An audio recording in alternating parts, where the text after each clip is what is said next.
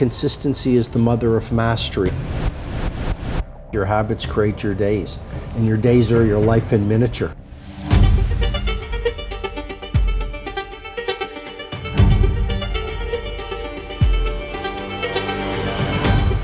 As you become more successful, you become more humble. As you go higher and higher, it becomes more dangerous. Because as someone becomes more successful or an organization becomes more successful, it's very easy to start coasting. Humility means a few things, like you never lose your white belt mentality. As you become more successful, listen better. As you become more successful, stay closer to your customers. As you become more successful, keep learning more. Most companies don't die of starvation because cash is something you can always find. But most companies die of indigestion, which means they cannot integrate to us. That boils down to trust. What was the hardest lesson you have learned? Many. I learned a lot because when I moved to Thailand 18 years ago from the UK work culture was quite different. You sit together, you plan something, you say, okay, this is what we're going to do, we map it out and all those, and it's done. But when I moved to Thailand, I was getting a little bit frustrated because you try to do the same thing, it doesn't work. So then I had to step back. I was doing something wrong because I did not connect to the culture. Wow. And that was a great learning for me. I am also a leader as well. We are facing many challenges. AI, geopolitics, consumer behavior shift, etc. So I'm curious, what kind of leadership do you think we need now?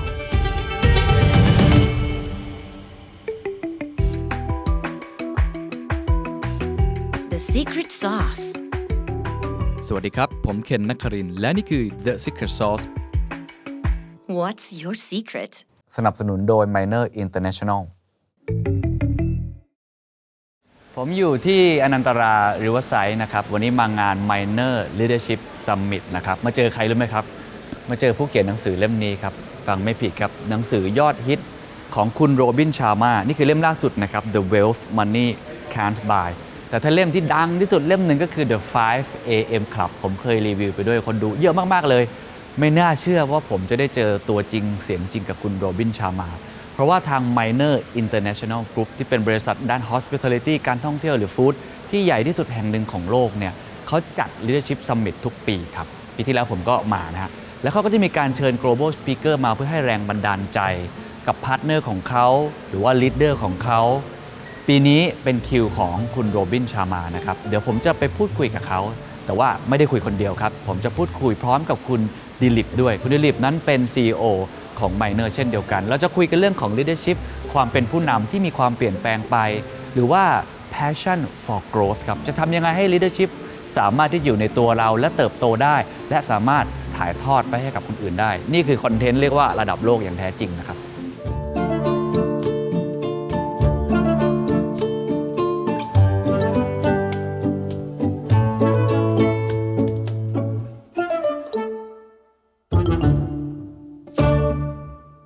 Okay, thank you so much, Dillip and Robin, for joining us today. We are here at Minor Leadership Summit. So, of course, I think our today's conversation is all about leadership, passion for growth, leadership in uncertainty. But before we jump into that conversation, I would like to know about your event, Leadership Summit. What is all about, and why did you invite Mr. Robin to speak at this event? Well, thank you for having us, first of all. One of our cultures is, the culture is all about passion and really instilling that passion into our leaders. And not just our leaders, but also to our owners as well. And it's really important event, which we have every year. As part of that, we also we spend a day in terms of leadership conference, where we bring a famous, inspiring speakers as well. Of course, when we were looking for this year's event, because now the company's got so big, and to make sure that we have someone who actually resonates really well with the audience is important. Robin's name came top of the list. So, Robin, what was your key message of your keynote today? Such a pleasure to come all the way I flew many hours to be here in Bangkok, but as I was mentioning before we started the cameras, when I heard it was Minor International, I said I'm going to accept the invitation. So a few key things that I focus on. First of all, is leadership is the opposite of victimhood. Okay. Such a simple idea. I don't think we have to complicate what leadership is. And as I mentioned this morning, victims are all about CBE, complaint, blame, and excuse. Complain, blame, and excuse. And when we do that, not only in business but in life, we give away our power. Leaders are about APR, absolute personal responsibility. So that would be one of my messages. A second one is you can lead without a title. So you could be CEO and have leadership authority, but I shared an example of a woman who washed people's laundry. But she didn't make excuses. She tried to make a difference, and she saved the money she made from washing people's laundry over the course of her lifetime, and she gave it all away. And she had a big impact. So leadership is about impact. Leadership is not being a victim. And leadership is about seeing change as some kind of an opportunity. Third thing I talked about, Minor is such a global company. Time magazine voted it, and it's growing worldwide, whether it's the hospitality side or whether it's the food side or whether it's the lifestyle brand side. But nothing fails like success. Exactly. And whether you're a company, whether you're a media influencer, whether you're a professional athlete, as you go higher and higher, it becomes more dangerous. And it becomes more dangerous because as someone becomes more successful or an organization becomes more successful, it's very easy to start coasting. It's very easy to assume you'll always be at the top. It's very easy to stop getting up early, stop innovating, stop over-delivering. And so I think it's very important as you become more successful to become more humble. And then I deconstructed what I mean by humility. I don't think it's just being polite. Humility means a few things, like you never lose your white belt mentality. As you become more successful, listen better. As you become more successful, stay closer to your customers. As you become more successful, keep learning more. So those would be some of the key messages. And maybe the final one is leadership is also personal leadership. It's not just for business. So I talked about the importance of health, the importance of getting up early. I've written this book, The 5 a.m. Club, that so many people have resonated with. I talked about the importance of family. You know, you don't want to get to the top and be there alone. And then I talked about the importance of service. And I believe to lead is to serve and make a difference. Wow, amazing. So I am also a leader as well. And I think the world is changing very rapidly today. And we are facing many challenges. AI, geopolitics, consumer behavior shift, etc. So I'm curious, what kind of leadership do you think we need now? I think there's a few types of leadership we need now. First of all, in this world of AI, we need human leadership. Do you think AI will replace leaders? I don't know if anyone knows. I mean, some people say that there's a threat to humanity, but I think mostly we need leaders who are human. I'd say secondly, leaders who put the mission above themselves. Thirdly, leaders who understand leadership is not a popularity contest. And fourthly, leaders who can deliver on their promises. You know, less chat, and I don't mean chat GPT, I mean, but less chat and more execution and delivery on keeping their promises. What about you, Dillip? Do you see some changes in leadership practice? Leadership has evolved over the years, I think, a lot. But the basics are still the same, as Robin mentioned. You know, I think, you know, leadership is, you know, in the old days they say leadership is about leading, but for me it's also leadership is about, you know, inspiring people, and also to make sure that you are taking care of the people who are under you as well, and leading the team to make sure that, you know, we run together, because otherwise you don't want to be there by yourself. You need to be there with a strong team. And especially during COVID, I think that resonated really well with us. I think as Minor, you know, we were able to catapult really fast, you know, into what was it was a disaster for us because we lost $1 billion in 18 months and we had to really come back fast.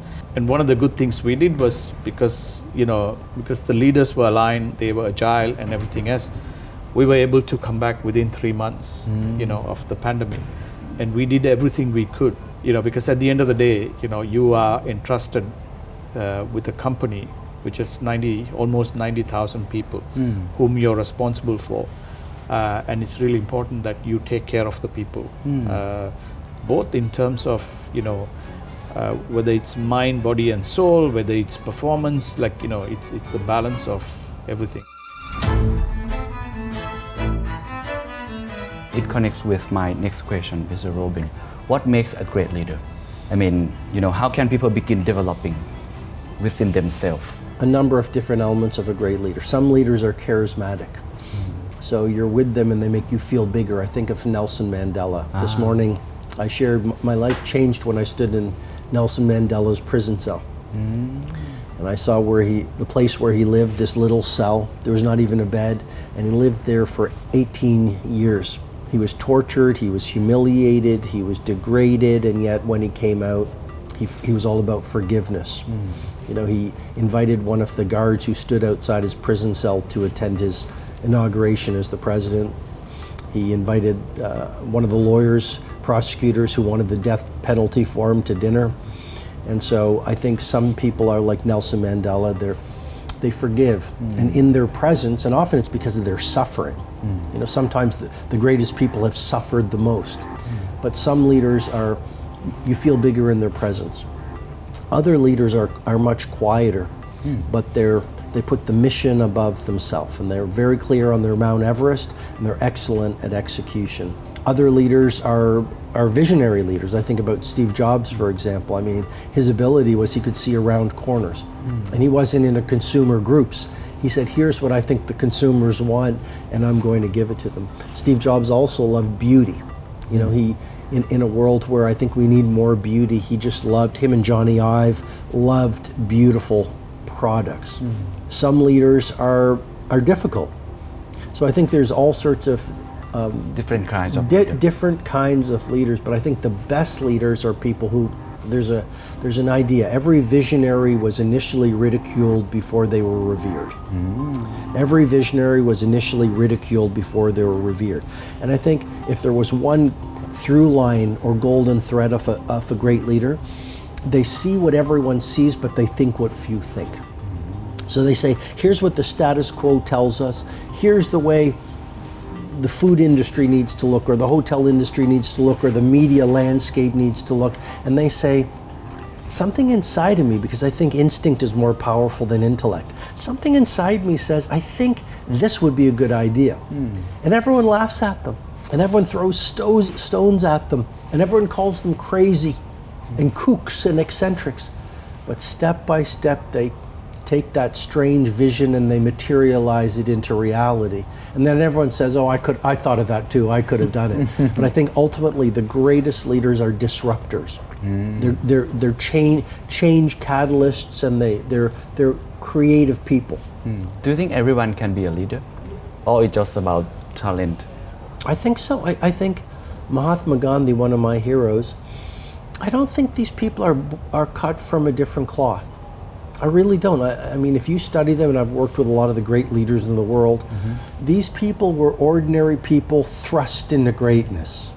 They were thrust into a business opportunity, and they capitalized in it. They were a soldier thrust into a political situation, and they rose, and they found strengths and forces in them in that moment that they didn't know they had. So Gandhi was an ordinary lawyer who he had a first-class train ticket in, I believe, South Africa, right? And he didn't. The mistreatment didn't sit well with him. And if you look at any great leader, they were just ordinary people, and they, got into a place where they just, found their own greatness. Yeah, it resonates with your book, one of your book, Leading Without a Title. Yes. So can you explain that? Sure. Well, our society says you have to have a title to be a leader. You need to be a CEO, CFO, COO. That book is all about the idea that no matter what you do, whether you're a baker, a teacher, a taxi driver, you can lead without a title. Interesting. What about you, Dillip? How did you build your leadership? I think, people say leadership, it's a born talent or it's a learning talent. For me, I believe that it's more learning. I'm sure we are all born as leaders in different ways and in different jobs we do.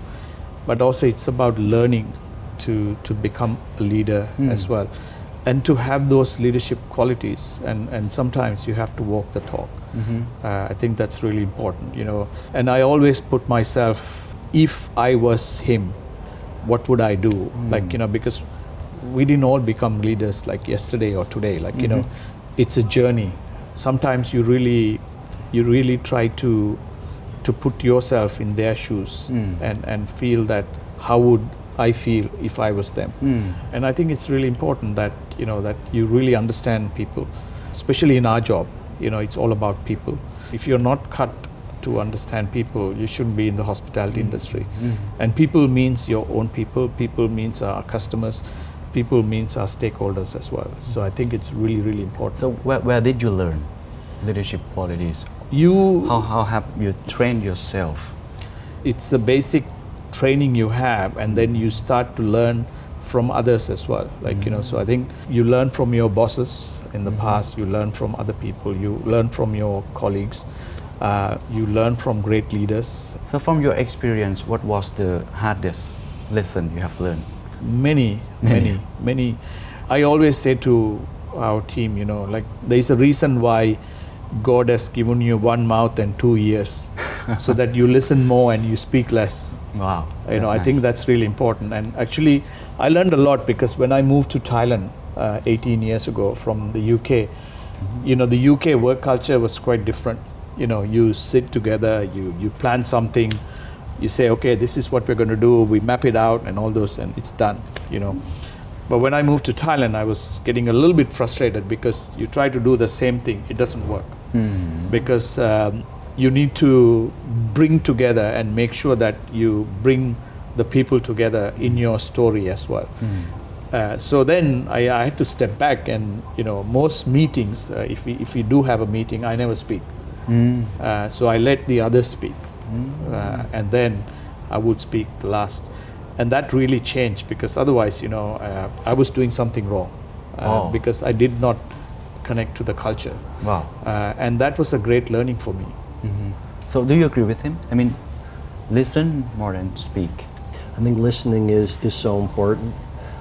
Listening, first of all, you get data if you listen. Secondly, when you listen, you do make someone feel heard. And I think in this world, people want to be seen, people want to be heard, especially in the social media age. There are a lot of lonely people. So I think listening is a master skill of a leader.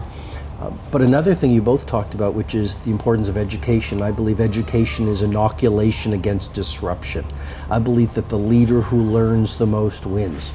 And so we can learn by doing, but we can also collapse the timeline by reading and having a mentor. Two key things. In the book that you mentioned, The Wealth Money Can't Buy, one of the chapters is install a dead board of directors. Wow. And what I mean by that is, if you can't find a live board of advisors in your neighborhood, wherever you live across Thailand, let's say, find a dead board of directors. Go read the books of dead leaders, dead heroes, dead creative people, dead visionaries. But when you're reading in this world where today I talked about some of the data, on an average day we spend 4.7 hours on our phone. We check our phone on average 58 times. Most people check their phone within the first 60 minutes of getting up.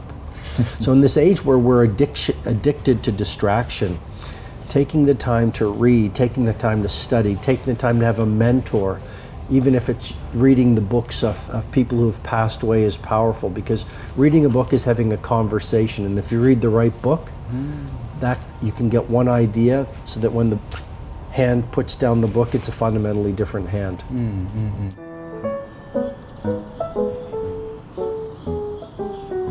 What about personal habits? What role do daily habits like the 5 a.m. club play in building personal leadership? Well, I think we all have habits, and I think your habits create your days. And your days are your life in miniature. So your habits determine your success, your happiness, your health, your social life. I think they're really important. And a lot of people say, I can't change. I can't install new habits like the 5 a.m. club or writing gratitude, which positive psychology has showed us is very powerful, or exercising. But we all have a gift, and the gift is neuroplasticity, which is in the past it was thought your brain can't change. But now it's been shown by neuroscientists, neurobiologists, we all have the ability of our brain to change and grow according to training, practice, and new experiences. And so we all can change, but the thing is most of us don't stay with the change long enough for the change to take effect. And so University College London has found, for example, it takes 66 days of practicing a new habit until the new habit becomes automatic. Most of us try a new habit, and after 3 or 4 days we wave the white towel of surrender and we say, I can't do this habit. We just don't stay with it long enough. So I think habits are incredibly important, but underneath habits is a key word, which is consistency. And I believe consistency is the mother of mastery. And it's not what you do once a year that is important, it's what you do every day. And the good news for all of your viewers, your many, many viewers, is it's all about what I call the micro wins. A great company is built not by revolution, but by evolution. Little acts of optimization over time lead to a great company. And as a human being, little small steps, 1% micro wins in whatever area you want to optimize over time lead to huge results. There's a brain tattoo I wrote about in the 5 a.m. Club book, and it's small, daily, seemingly insignificant improvements when done consistently over time lead to stunning results. So it's one of the greatest skills of leadership and living a good human life is consistency. Wow. Do you still wake up 5 a.m.? No, I don't. I'm sorry to disappoint you. 4 a.m. 5 a.m. 4 a.m. is the new 5 a.m. Oh. Sorry to all of your followers who want to join. So 5 a.m. is not enough. 5 a.m. is obsolete. We need to get with. No, seriously, for the past 2 years, I've been getting up at 4 a.m. Really? On most days, because I wanted more time for MVP, meditation, visualization, and prayer. And it's been so helpful. And then at 5, I'll do my workout. That means I have to go to sleep earlier. So I'm So now what time do you go to bed? About 9:30. Wow. Between 9:30 and 10, I'm in bed. Okay. And there's a lot of willpower researchers that will tell you the worst things we do happen after 10 o'clock. We eat the worst food, people drink too much, they watch the wrong shows, everything happens after 10 o'clock. So why not go to bed before 10 o'clock? What's your secret? To keep doing this? I believe our listeners want to do like you, but sometimes it's so difficult. What is your secret? Any recommendations for anyone who wants to do a good habit? Excellent question. I would say, first of all, you can change the world or be around energy vampires. You can't do both. Clean up your social circle. We have a type of brain cell called a mirror neuron, which causes us to subconsciously mimic the behavior of people we're around. So if you're around people who are entitled, people who are complainers, people who don't want to get up early, people who don't care about fitness, people who want to be mediocre and negative, you will be like them. Clean up your social circle. One of the most important things. Number 2, we should stop making excuses. Sometimes if we repeat our excuses long enough, we actually hypnotize ourselves to believe they're true.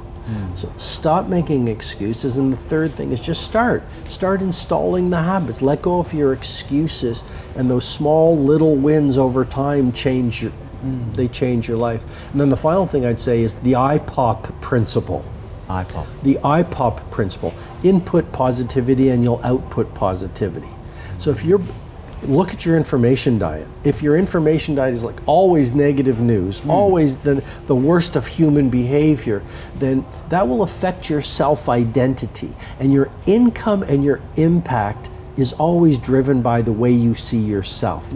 The real work on rewiring your life or rewiring your career is starting to rewire your self-identity so you see yourself as a person who can make positive change. Wow, amazing. So Dillip, does it connect to you? I mean, do you still wake up 5, Absolutely, 4, but or 3? My routine is quite different because, of course, from the young age, it's about discipline, and I usually go to sleep around 12, and then I wake up at 3, and that's it. Is it okay to do that? The great thing is we can do whatever we want and what feels right to us. Okay. Wow. Yeah. Okay. Please But continue. as long as you manage to make sure, like it's all about you train your body in terms of how you do it. For me, it was almost by force, because at the young age where when I went into IT, in those days the only time you would get computer time is you go after lectures at night time to get computer. So you train your body clock to get used to it, and then that became almost a behavior. So it was easy, because you train your body, and so I think I work really well with 3 hours, maybe 4 hours of sleep. I get tired if I have 7 hours of sleep. Okay. So I think each of us have a different I body think I clock. am the only guy in this room that sleep 7 hours. I think what Dillip said brings up something which is important, which is purpose. And the secret of passion and energy is purpose. And purpose doesn't mean you have to build a world-class company or free a nation. You can be a teacher and have a purpose. You can be a taxi driver and have a purpose. Right. You can work in a restaurant and have a purpose. But when you have a lighthouse, I mean, this is year number 33. I started off as a self-published author. I self-published my book. I was completely unknown. People read it. It spread through word of mouth. But this is year number 33, and I could retire. I could slow down. I could, I live in a place in the countryside, and I could just be with my love Elle and my little 5-pound Chorky and walk the dog. Dream life. And just and yet I'm still working with great companies and meeting interesting people, and it's because I believe this is my oxygen, and I believe this is my calling. I believe, I believe it, if I may, I believe in God, and I believe we all have a calling and we all have a purpose. One is not better than another, but this is what I'm here to do, and that gets me out of bed every morning, and that allows me to get up early. In many ways, success is longevity. And so part of the reason I get up is I want to exercise, because I know I have to exercise to have the energy and to have the longevity, so I have a long career and I can help as many people as possible. So purpose is a great way to get up out of bed and to get energy. Oh, agree.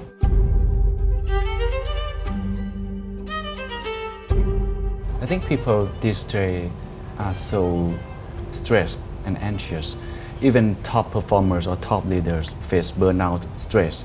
So how can we, as a leader, manage stress or burnout or self-doubt? Okay, so there's a few questions in there, and what I would say first of all, Billie Jean King has a great insight, and she said pressure is a privilege. So when we're under pressure, it's often I find it helpful to remember the pressure is because it's a privilege. You have pressure because you're in a position. Look at you. There's a lot of people who depend on you. A lot of people watch you. A lot of people trust you.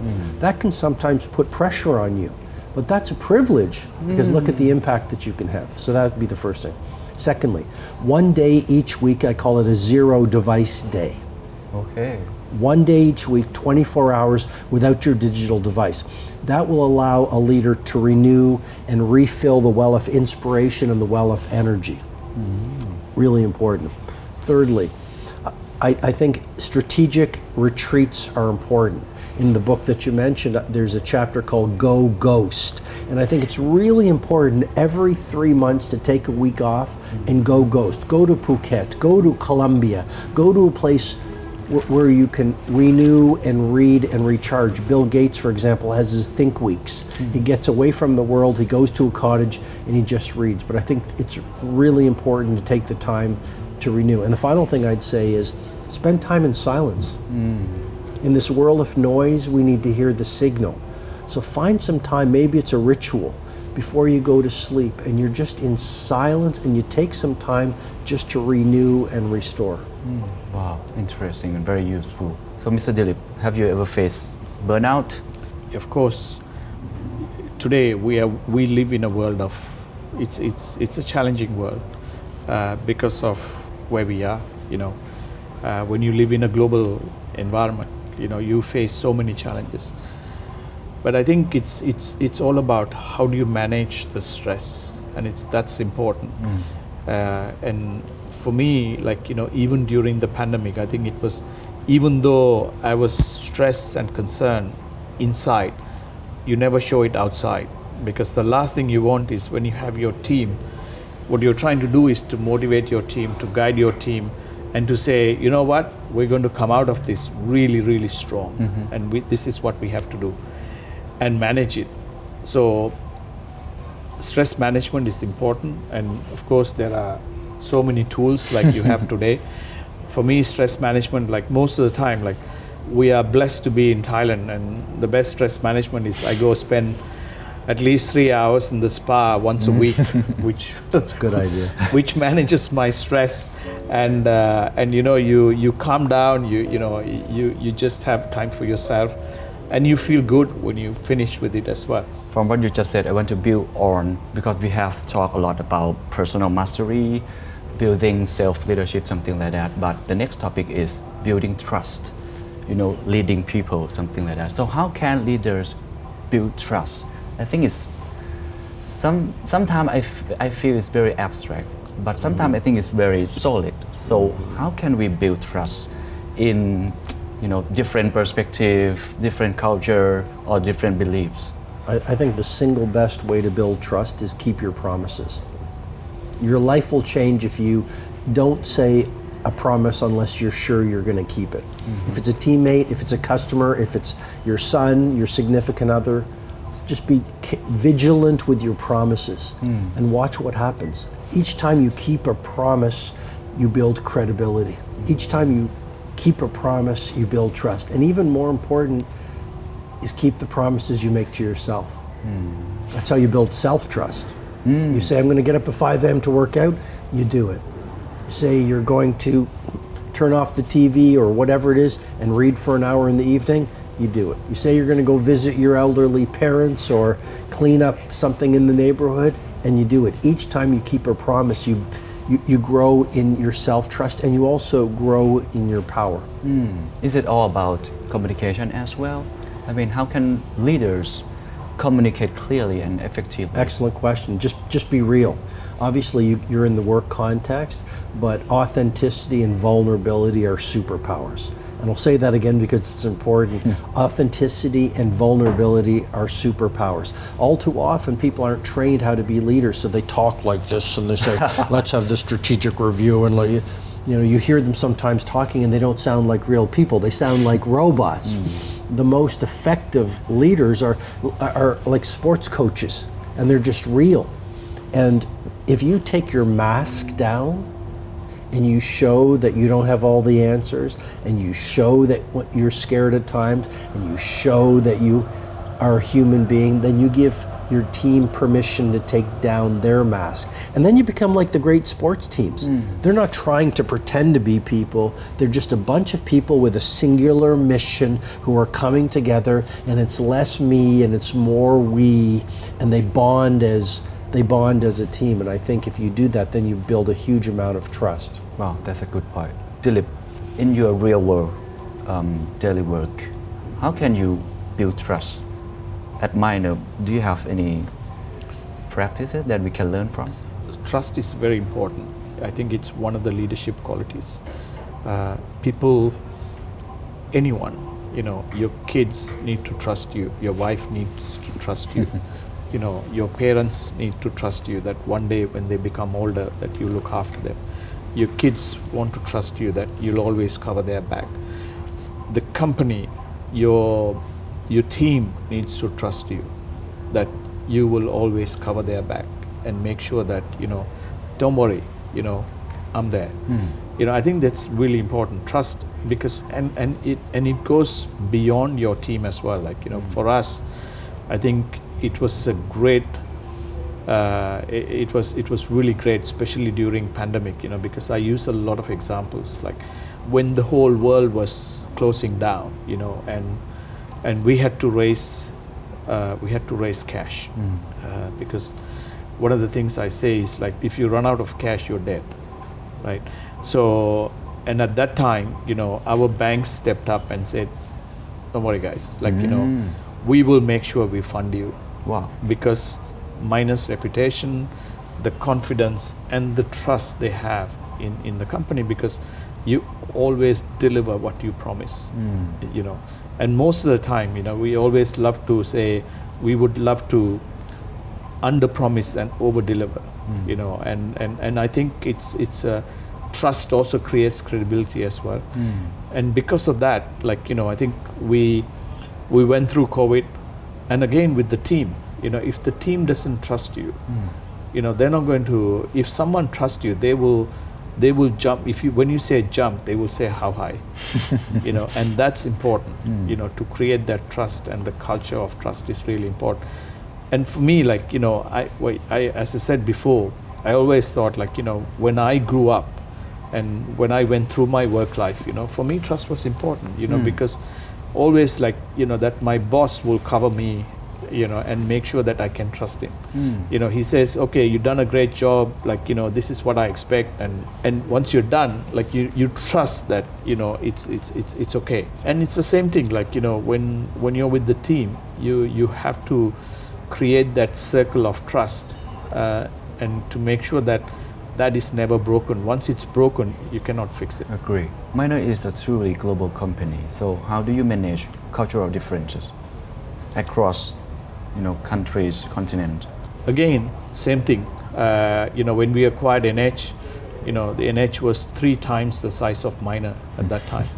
When I took the proposal to our board, they thought I was crazy. They said, you're acquiring a company of 3 times the size.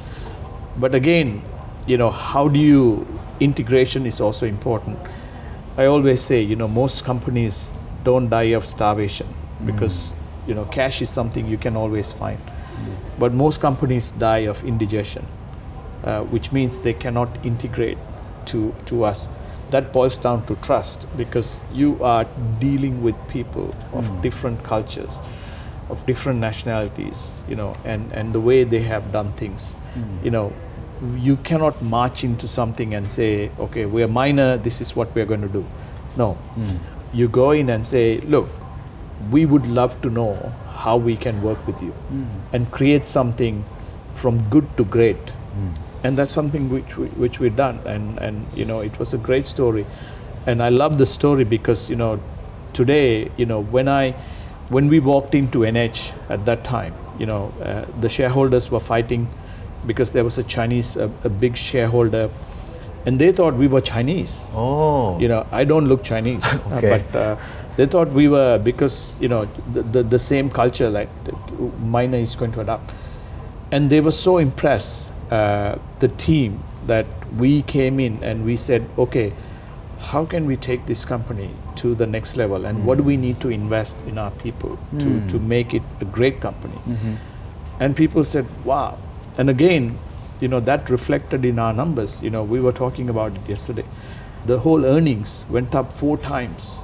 It was a record, this thing. And that's because of the people who have trusted you and who have confidence and faith in you. And that's really important. And for me, during pandemic, again, it was a great example. People put their lives at risk. We traveled.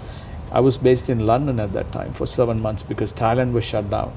And I used to go up and down between Spain and Portugal, and because Spain was our biggest, we had a huge exposure in that market in Europe. And you know what? I didn't even have to ask. They said, hey Dillip, tell us where and when we have to meet. We couldn't meet in Spain because I couldn't fly to Spain because they shut down the country. We were able to fly to Portugal, and they said, no problem. You fly to Portugal, we'll come to Portugal. Let's meet every 2 weeks and plan to see, okay, what do we need to do, together, and how do we overcome this situation?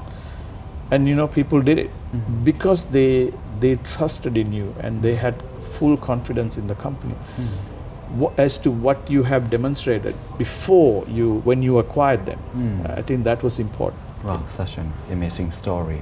So another angle of leadership, apart from trust, is 3I. I learned from you: influence, inspiration, and impact. Could you explain more about this and how can we build inspiration, create influence, or impact? Sure.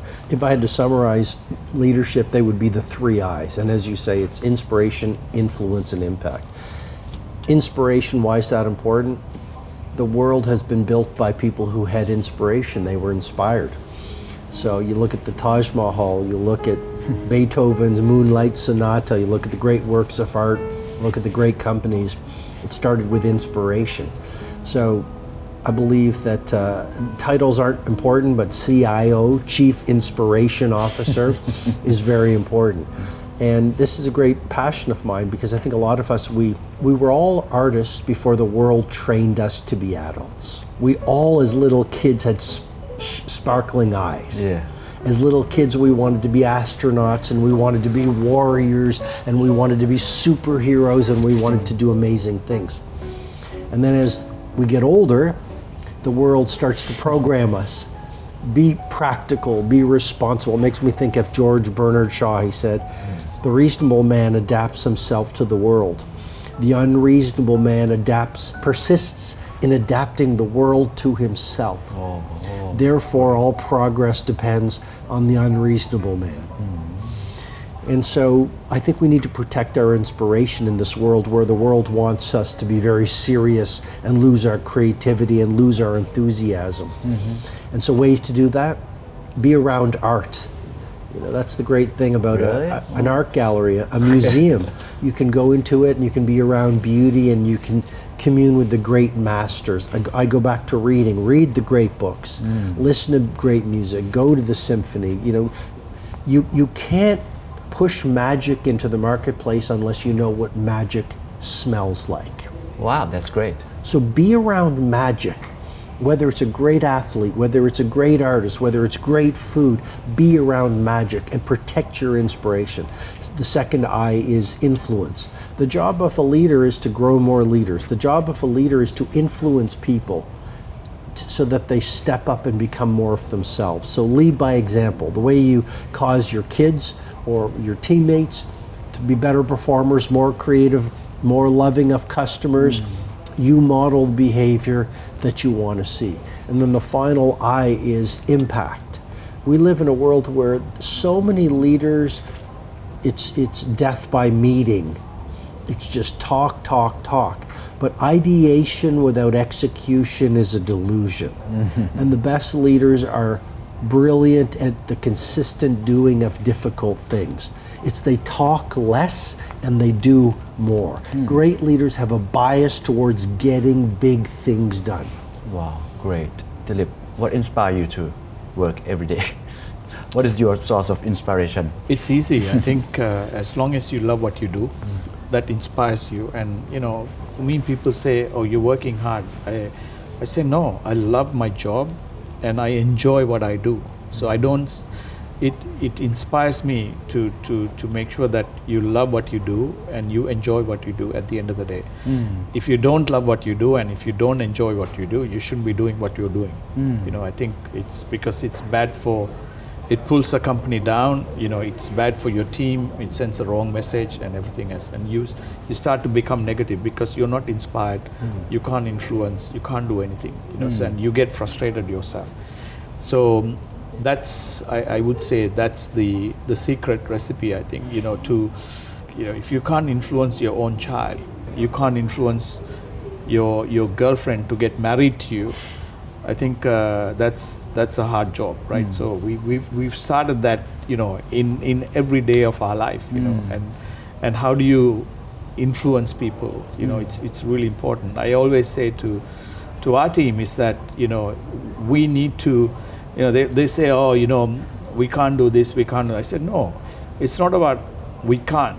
We have to think about how can we do it, and how do we influence our team to buy into to bring them into the journey so that they get influenced by us. What about impact? What kind of impact does Minor want to achieve?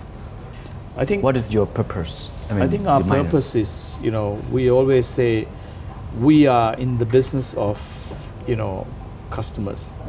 And, most people we say we need to really get inspired by, who are our customers and who are our customers day after tomorrow. And what do we need to do to make sure that they have a great experience? I think that's important because today, even the hospitality industry has changed a lot. It's not about the sea, the sun, and the sand experience anymore. People go to get inspired by the country. People go to get inspired by the culture. People want to connect to the culture, and then they want to come back with a story. And that's a story you have to weave within the group to ensure that we are delivering that story and we are creating these stories, which is quite important. So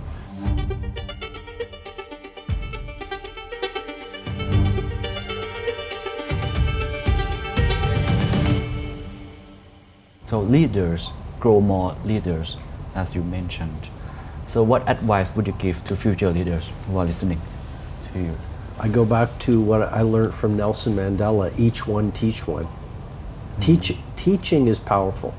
Whether you run a media company or a hospitality group or you're in the capital markets, taking the time each day to mentor, to teach, to offer an idea is powerful because you're giving a gift to the person who's the student, but you're also, by teaching something, you deepen the knowledge within yourself. Agree. Teaching is incredibly powerful. When you say, let's say entrepreneurship, you teach an idea, you're reinforcing it with yourself. Even having to, you might find this interesting, even having to find the words to teach causes greater clarity in your winning formula. Yeah, agree. So teaching is a very powerful way to influence. Wow. I'd also say words. Words have power. And I think a lot of us are sloppy with our words. We're sloppy communicators. We're not clear. But words have power. If you select the right words, you can have a great impact. If you select if you look at Gandhi, we've been talking about Gandhi, for example. How did he free his nation?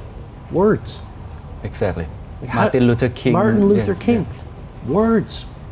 Steve Jobs, remember when he would launch a product, it was his words. What would he say before the big reveal? Oh, one more thing. Right? Right. Oh, one more thing. So words are powerful in terms of a way to communicate. Wow, interesting.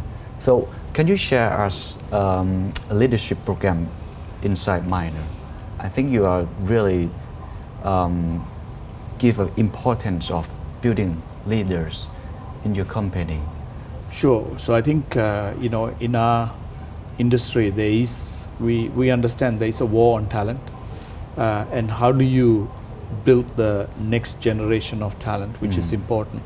Whether it's the young gen, whether it's the new gen as well. So for us, we've done quite a few things. So one of the things we did was we set up the hospitality company in partnership with La Roche. It's the best in terms of Swiss hospitality, bringing Swiss hospitality to Thailand. And the reason was that we felt that we are responsible to really generate that next generation of talent and create that talent who can be mobile and who can go to other places and who can really thrive for themselves as a career as well. Within our company, we have many of the programs, at the C level, we continue to have what is called continuous learning, and that's important for us. We partnered with IMD, who are one of the best trainers, and then of course we have great speakers who come and inspire people as well, and so that at every level, like we do have a different program, which always that learning cycle is always there. For example, the hotels, every day we have a 30-minute stand-up in terms of training. So someone will talk about training for that day, whether it's F&B, whether it's the lady in the spa, whether it's the housekeeping, whether it's the engineer, it's training, so everyone gets trained. So that culture of learning is quite important, because otherwise you don't create the next generation of talent. So yes, we do invest a lot in terms of creating that and also sustaining the talent, because yes, you can attract talent, but you have to develop and sustain them and make sure that they also understand the vision and the culture of the company as well, if the company needs to grow.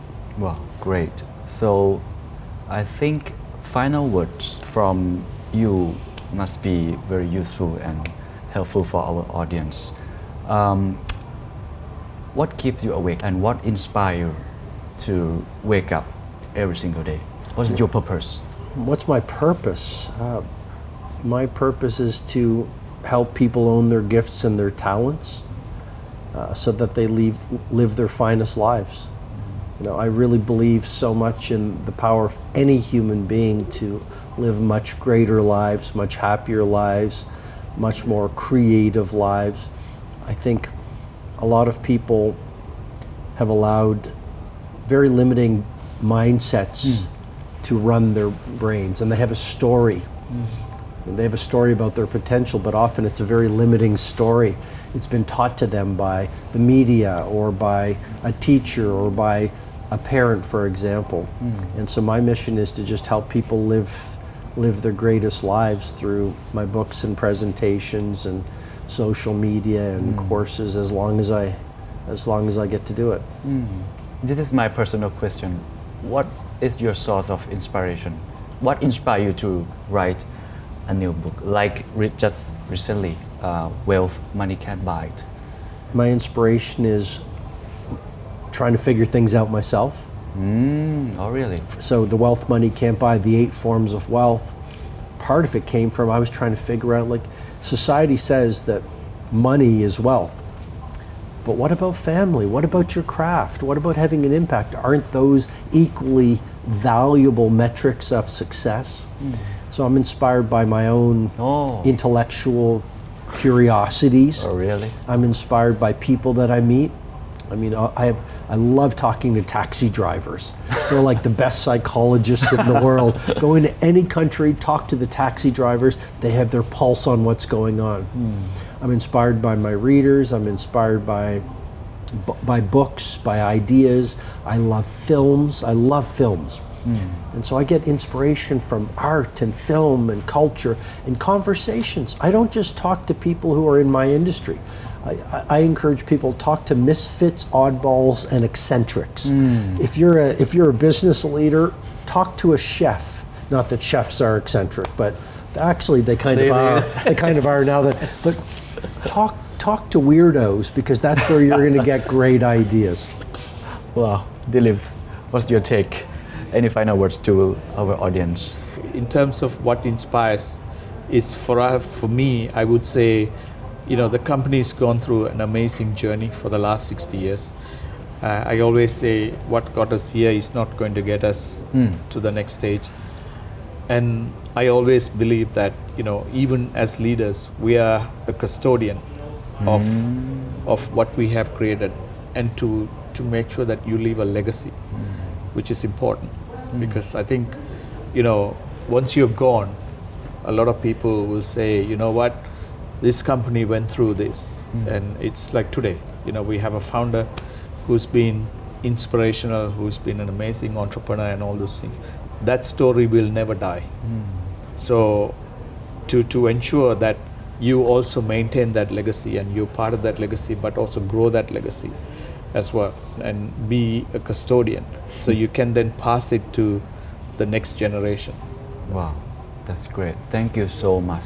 It's such Thanks a wonderful conversation. Thank you so much for taking the very time much. to speak with me. Thank Thank you. you for your great questions. Thank you. Thank you. Well done. Thank you.